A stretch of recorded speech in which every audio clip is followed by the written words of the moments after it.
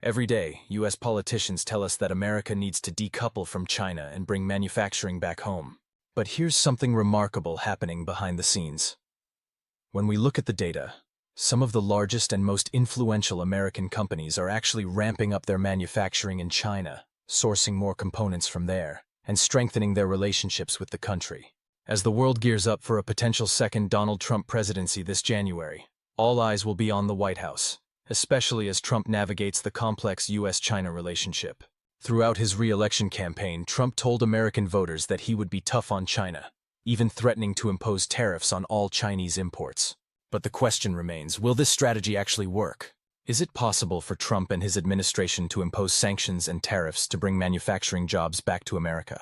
While this rhetoric may sound appealing to many Republican voters who hope Trump will make America great again, the reality is that it's nearly impossible to bring these jobs back to the U.S. for three key reasons. In today's video, we'll break down these reasons and explain why, no matter what Trump does in office, China will remain a critical driver of global economic growth, including for the U.S. It's going to be an exciting episode, so let's dive in.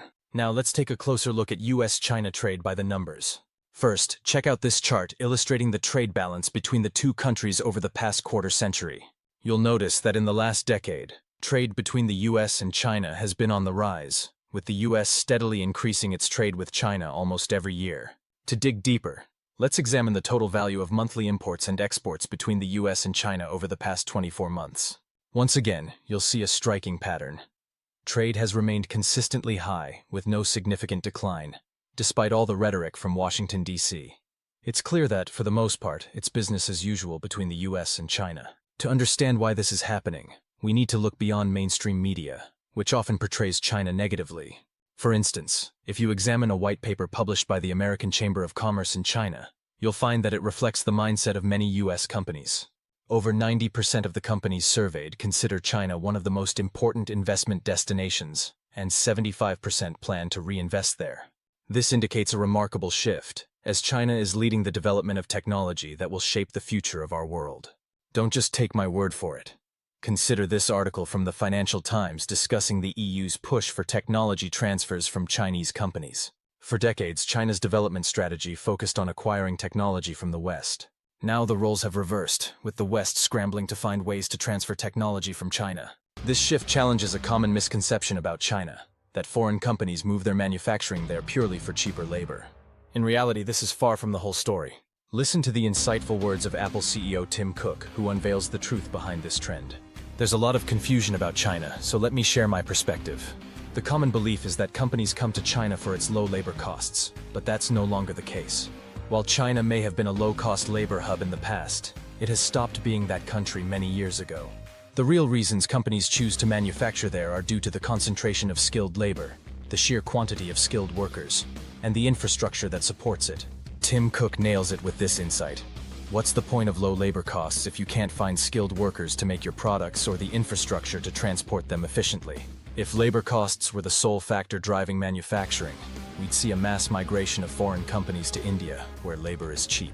But despite India's low wages, it lacks the skilled workforce and infrastructure that China offers. I go into more detail about why India is not the next China in another video titled 10 Reasons Why India is Not the Next China. You can check it out at the end of this video. Now, let's talk about the future of manufacturing, specifically the shift toward green energy. The manufacturing industry is being redefined by clean energy, with solar panels, wind turbines, and electric vehicles leading the way. And when it comes to green energy, China is the undisputed powerhouse. Their dominance in this space isn't just impressive, it's a game changer. Research shows that China holds a strategic advantage in the global green energy transition, especially when it comes to crucial rare earth minerals. Rare earths are vital to these emerging technologies, and once again, China controls the lion's share. Back in 1987, Deng Xiaoping famously remarked that while the Middle East has oil, China has rare earths. He couldn't have been more right. While rare earth reserves exist in other parts of the world, about 40% are found in China. When it comes to extraction, China accounts for over 70% of the world's rare earth mining. And further along the supply chain, China dominates processing, handling nearly 90% of it. But China's advantage goes beyond resources. They also lead in talent and research. China produces the most STEM, science, technology, engineering, and mathematics, graduates in the world. And STEM jobs are expected to grow faster than any other field in the coming decade. This focus on talent and innovation is what will power the manufacturing landscape of the 21st century. China's influence in mining and mineral engineering is unparalleled. In fact, if we examine the latest global rankings, Chinese universities dominate this sector, holding 6 of the top 10 spots, with Australia securing the remaining 4. The U.S. doesn't have a single institution in the top 15. When it comes to the production and refinement of metals, a highly specialized field known as metallurgical engineering, China once again takes the lead, claiming all 5 top positions. The U.S. only has 1 university in the top 10 for this area. Now let's look at chemical engineering, which tells a similar story. MIT, one of the leading U.S. universities, ranks number 1 globally in this field. However, China holds 13 of the top 16 positions worldwide. When you factor in the vast number of STEM graduates China produces each year, it's clear why China has emerged as the dominant force in high-end manufacturing. To understand why this engineering expertise is crucial to foreign companies operating in China, let's hear from Tim Cook, CEO of Apple. He explains. The products we produce require highly advanced tooling, and the precision involved in working with these materials is state-of-the-art. The tooling expertise here is incredibly deep.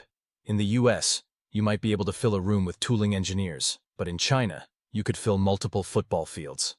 The vocational expertise here is profound, very deep. These insights are rarely seen in Western media, as they challenge the narrative pushed by U.S. politicians who frequently portray China as a major threat. In reality, China has played a pivotal role in fueling the growth of the U.S. economy over the past 50 years. As the New York Times recently highlighted, this cooperation has been mutually beneficial. Breaking up with China is hard to do. In a compelling article titled, "Breaking Up with China is Hard to Do, Some Astonishing Truths About the U.S. China Trade War Are Revealed." Facts that will make you rethink everything you know about the dynamics between these 2 global giants. Why U.S. companies need China. The story delves into why U.S. companies simply can't say goodbye to manufacturing in China.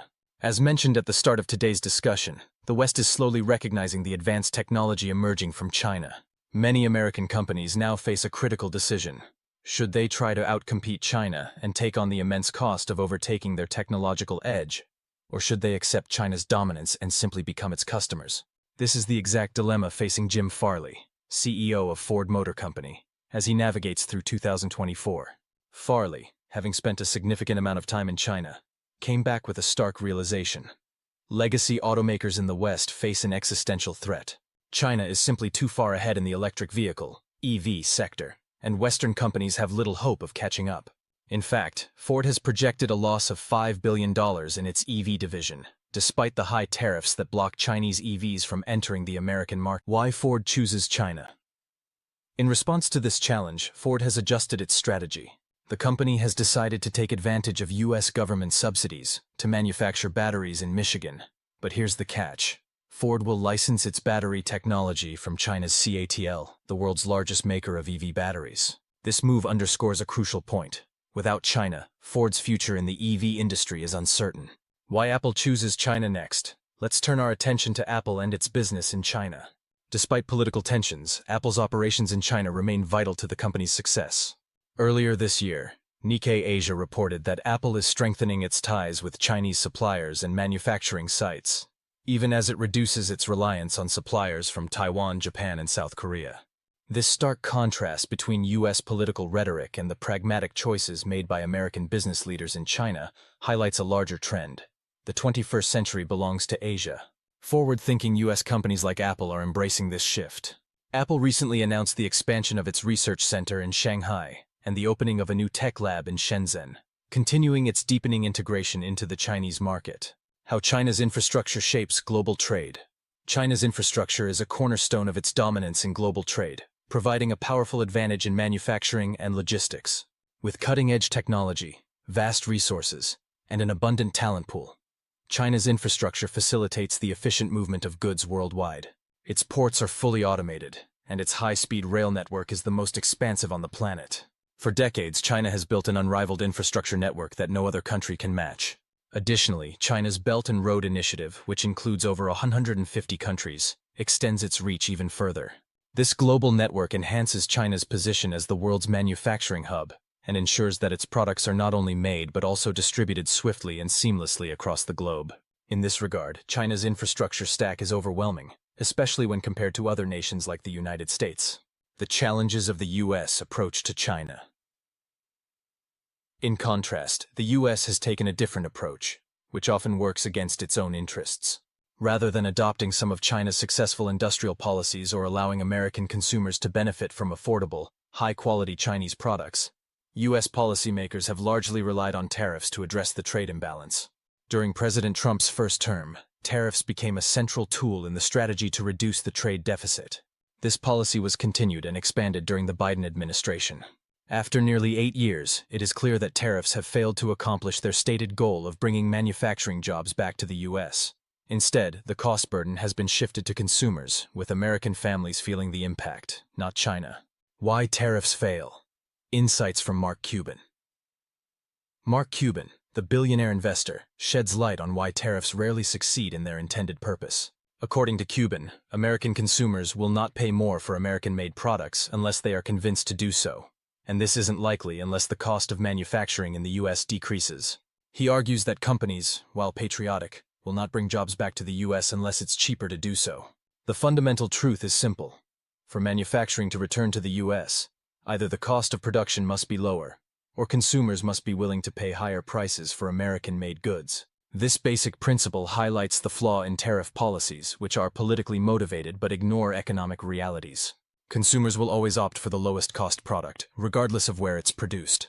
The failure to understand these basic economic principles underscores the lack of seriousness behind the U.S. tariff strategy. In 2008, the United States was a powerhouse in solar panel manufacturing, holding over 45% of the global market share. Fast forward 16 years, and U.S. manufacturing barely registers on the graph. China has completely transformed the industry with superior manufacturing capabilities, now controlling the future of solar energy. This shift serves as a crucial lesson for Americans. Not too long ago, the U.S. could compete in mass-producing critical technologies like solar panels. However, with the wrong government policies, global leadership can change in just a few short years. Why the U.S. still needs China at the end of the day? The notion that the U.S. can easily decouple from China simply doesn't hold up when we consider the global manufacturing landscape. China's dominance in green energy, rare earth minerals, engineering talent, and infrastructure is unparalleled. For the U.S. to bring manufacturing back home, it would require massive investments in workforce development, infrastructure, and supply chains. Instead, we're doubling down on tariffs, which, as we've seen, only drive up costs for American consumers, while leaving China's grip on global manufacturing largely intact.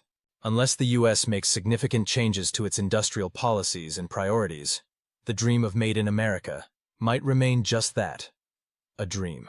Rather than relying on tariffs or political pressure to shift the balance, it's time for America to rethink its strategy and focus on building a competitive edge where it truly matters. Thank you for watching. If you'd like a behind-the-scenes tour of an actual factory in China to see where China's competitive advantage really lies, click here to watch my video tour of a Chinese textile factory. It's one of my most popular videos on YouTube, and an incredible story that you won't want to miss. Thanks again for your support, and I'll see you soon in our next video.